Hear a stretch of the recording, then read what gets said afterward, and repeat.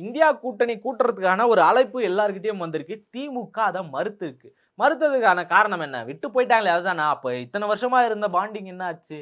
இல்ல தாவேகா கூட போனது தான் பிரச்சனையா? விட்டு போனது பிரச்சனையா? தாவேகா கூட போனது பிரச்சனையா? அப்படின்ற பேச்சுவார்த்தைகள் எல்லாம் இருந்திருக்கு. காங்கிரஸ் தமிழ்நாட்டுக்குள்ள என்ன மாரியான வேலைகள் பார்த்திருக்கு? இந்த இத்தன உழைப்புகள் இருந்தும், இத்தன கூட்டமைப்பா இருந்தும், ராகுல் காந்தி அவர்கள பிரதமர் வேட்பாளரா அறிவிச்சது அண்ணன் மு.க. ஸ்டாலின் அவர்கள் தான். அவருக்கும் இவங்களுக்குமான பிரச்சனை எந்த மாரி போயிட்டு இருக்கு? இவங்களுடைய நடவடிக்கை என்னவா இருக்குன்ற பெரும் எதிர்பார்ப்பு எல்லார் மத்தியிலும் இருக்கு. அத பத்தி தான் இந்த வீடியோல பேச போறோம். வாங்க பார்க்கலாம்.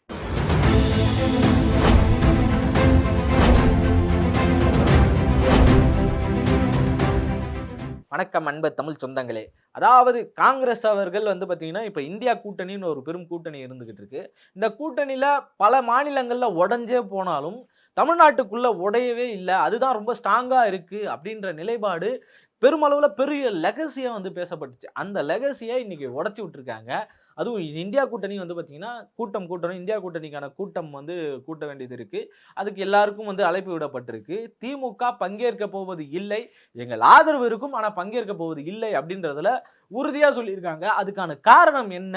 அவங்க கொள்கை பிடிப்பு என்ன?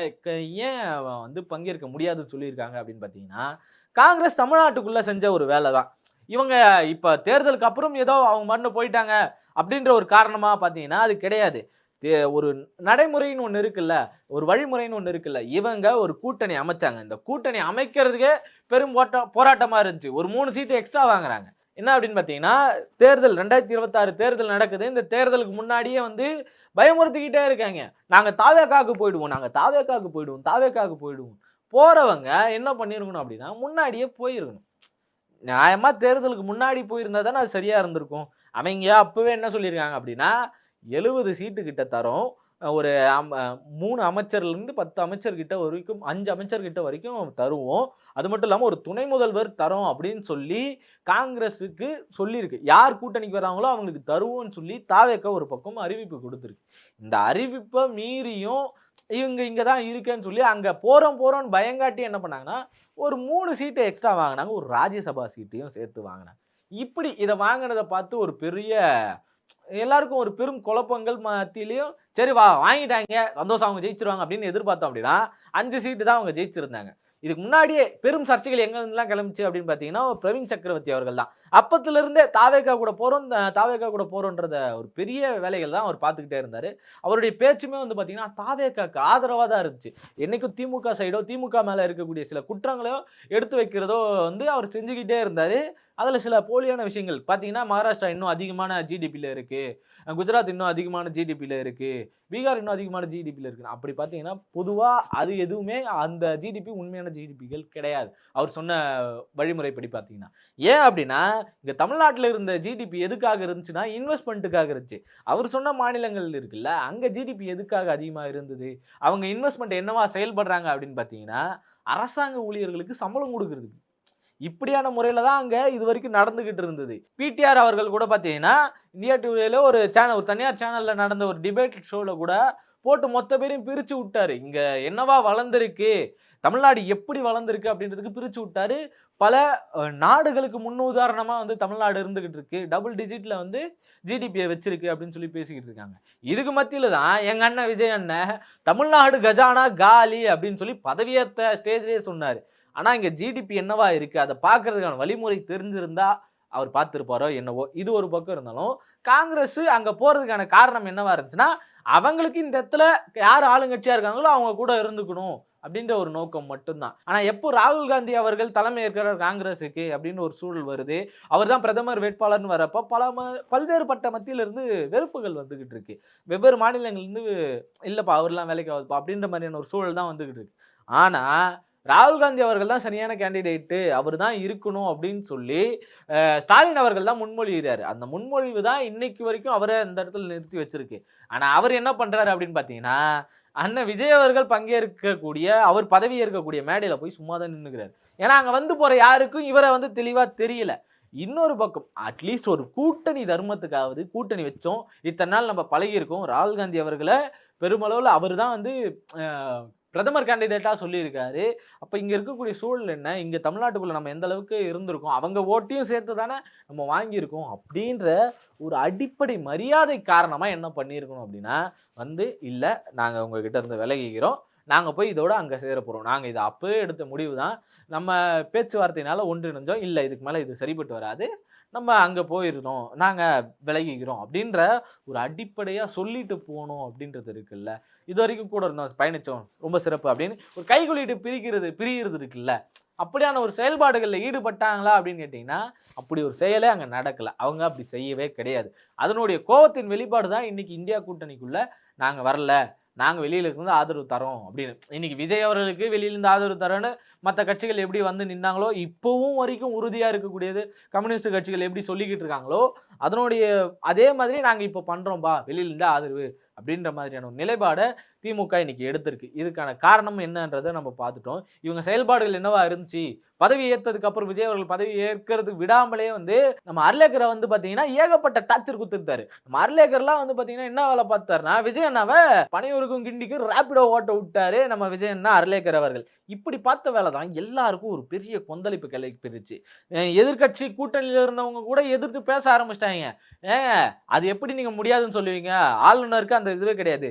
பதவி ஏத்து வைக்கணும். மெஜாரிட்டி இருக்க கட்சி கூட மெஜாரிட்டி அவர்கிட்ட தான் இருக்கு. அப்ப அவர் பதவி ஏத்தே ஆகணும். 107ன்னு சொல்லி அவர் ஏத்தே ஆகணும். ஏன்னா 108ல 1 தான் விஜய் அண்ணா ரிசைன் பண்றாரு இல்லையா? அதனால 107 ஏத்தே ஆகணும்னு சொல்லி திருமாவளவன் அவர்கள் சொல்றாரு. ஒரு பக்கம் மார்க்சிஸ்ட் கம்யூனிஸ்ட் கட்சியிலிருந்து சண்முகம் அவர்கள் சொல்றாங்க.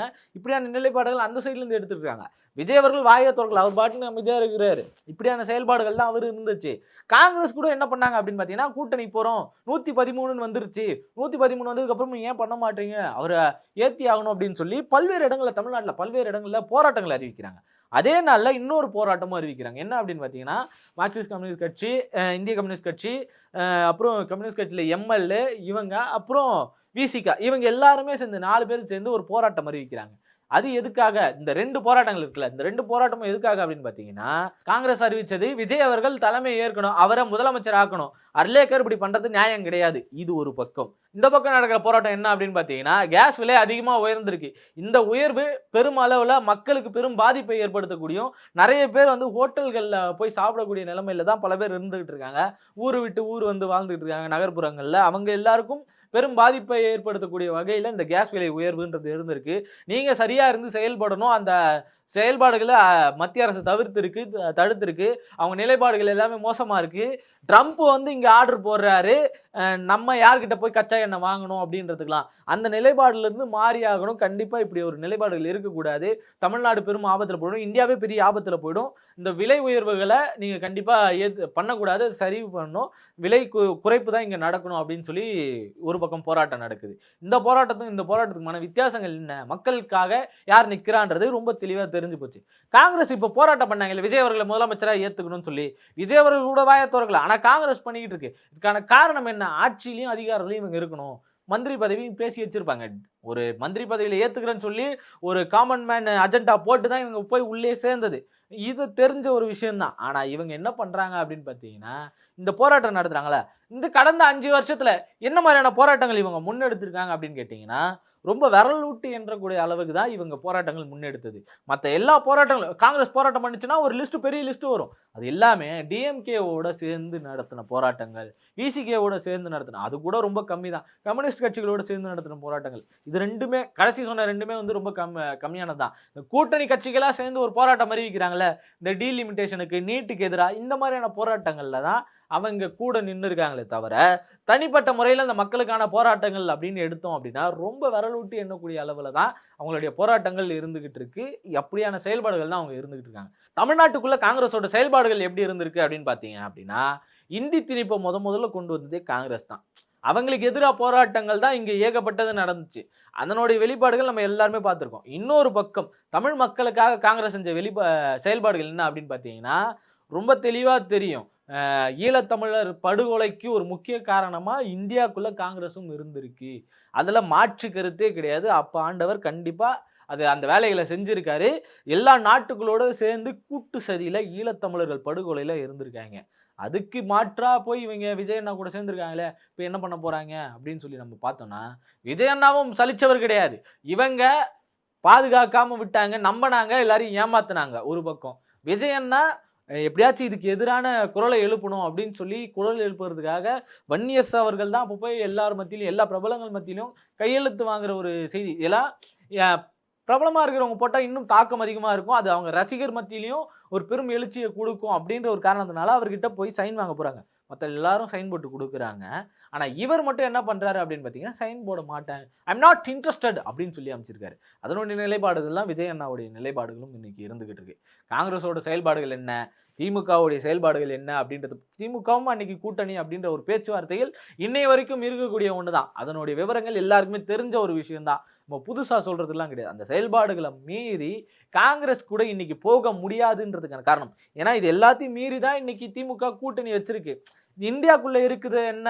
அந்த அரசியலுக்கு எதிரா நம்ம என்ன நிலைப்பாடுகள் எடுக்கணும் அப்படின்ற ஒரு முடிவோட திமுக இந்த கூட்டணியை மெயின்டைன் பண்ணிட்டு வந்துச்சு. மதச்சார்பற்ற முற்போக்கு கூட்டணி ரொம்ப ஸ்ட்ராங்கா இருந்துச்சு. அந்த கூட்டணி நீங்க உடைஞ்சதுக்கு ஒரு முக்கிய காரணமா காங்கிரஸ் இருந்துகிட்டு இருக்கு. காங்கிரஸோட செயல்பாடுகளும் இருந்துகிட்டு இருக்குன்றது மிக வெளிச்சமான ஒரு விஷயம் தான். அந்த வெளிச்சத்துக்கு இன்னைக்கு திரும்பவும் இந்த உதயசூரியன் வந்து நிக்காது.